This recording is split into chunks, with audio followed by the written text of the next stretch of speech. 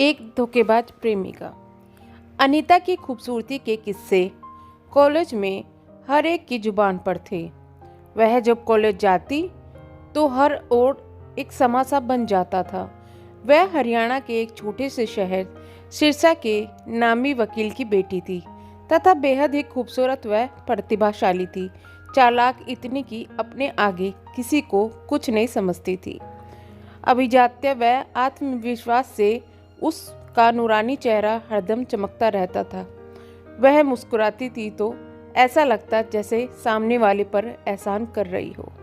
College में एक रसूख वाले नामी वकील की बेटी यदि होशियार और सुंदर हो तो उसके आगे पीछे घूमने वालों के लंबी लाइन होती है। लेकिन अनीता के सब युवकों से उसे नीलेश को चुना। गरीब और हर वक्त किताबों में खोए रहने वाला वह अनीता का ही सहपाठी था और गांव के एक गरीब परिवार का बेटा था। उसके पिता का असमय निधन हो गया था, इसलिए बड़ी मुश्किल से विधवा माँ नीलेश को पढ़ा लिखा रही थी। वह नीलेश हर समय अपनी पढ़ाई में व्यस्त रहता था। अनीता को तो नीलेश ही पसंद आया क्योंकि वह लंबा, हैंडसम और मेहनती नौजवान था। अनीता जब तक कुछ पूछने के बहाने उसके नज़दीक जाती थी, देखते ही देखते उनकी दोस्ती की चर्चा अब पूरे कॉलेज में होने लगी थी। नीलेश खोया खोया रहने लगा था। धीरे धीरे वह इस मेधावी छात्र से पढ़ाई जहाँ ही ठप हो गई, वहीं अनीता जो पढ़ाई में औसत दर्जे की थी, अब वह उसके बनाए नोट्स पढ़कर फर्स्ट आने लगी। इस सब में नीलेश की मेहनत होती थी। वह रात भर उसके लिए नोट्स बनाता था, उसकी प्रैक्टिकल की फाइलें तैयार करता था और लैब के एक्सपेरिमेंट्स वह करता था। लेकिन उसकी मेहनत का सारा फल अनीता को मिलने लगा। नीलेश तो बस अपनी प्रेमिका के प्रेम में ही डूबा रहता था। वह उसके अलावा कुछ सोचता भी नहीं था। यहाँ तक कि छुट्टी में वह अपनी माँ से मिलने गांव भी नहीं जाता था। ये सब देख माँ भी बीमार रहने लगी। नीलेश प्यार के छलावे में इस कदर खो गया था कि उसे याद ही नहीं रहता था कि गांव में उसकी एक माँ भी है जो आठों पहर उसकी राह देखती रहती है। माँ ने अपने जेवर बेचकर उसको कॉलेज की फीस भरी थी। माँ बड़े किसान के यहाँ धान साफ करके उसकी पढ़ाई का खर्चा पूरा करती थी। उसके प्रति चाह कर भी नीलेश नहीं सोच पाता था, क्योंकि अनीता के साथ उसके प्रश्नोत्तर बनाना, फिर उसके घर जाना, वहाँ कहीं जा रही हो तो उसके साथ जाना, उसके संग पिक्चर व पार्टी अटेंड करना, ये सब काम वह करता था। वह इन सब में इतना थक जाता था कि उसे अपना भी होश नहीं रहता था।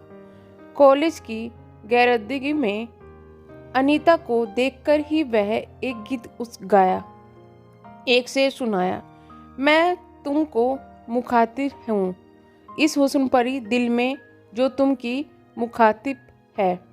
इस गाने को सुनकर वह इतना तन्मय हो गया कि बड़ी देर तक तालियां बजती रही, पर सामने कुर्सी पर बैठी अनीता को ही ताकता रहा और उसके कानों में तालियों की जैसे आवाज़ ही नहीं पड़ रही हो। अनीता का सर गर्व से ऊंचा हो गया। सारे कॉलेज में वह जूलियट के नाम से जाने जाने लगी। हालांकि उसने इस प्यार में अपना कुछ भी नहीं खोया। नीलेश ने तो उसे उंगली से टच भी नहीं किया था। उधर एग्ज़ाम होते होते अनीता का मुंबई में रिश्ता तय हो गया। अनीता को क्या फ़र्क पड़ना था, वह तो मस्त थी, अभी प्रेम में पड़ी भी नहीं थी। वह तो मात्र मनोरंजन और मतलब के लिए नीलेश के इस्तेमाल कर रही थी। आखिर रिजल्ट आया, अनीता अव्वल आई, पर नीलेश 2 विषयों में लटक गया। उसका 1 वर्ष बर्बाद हो गया।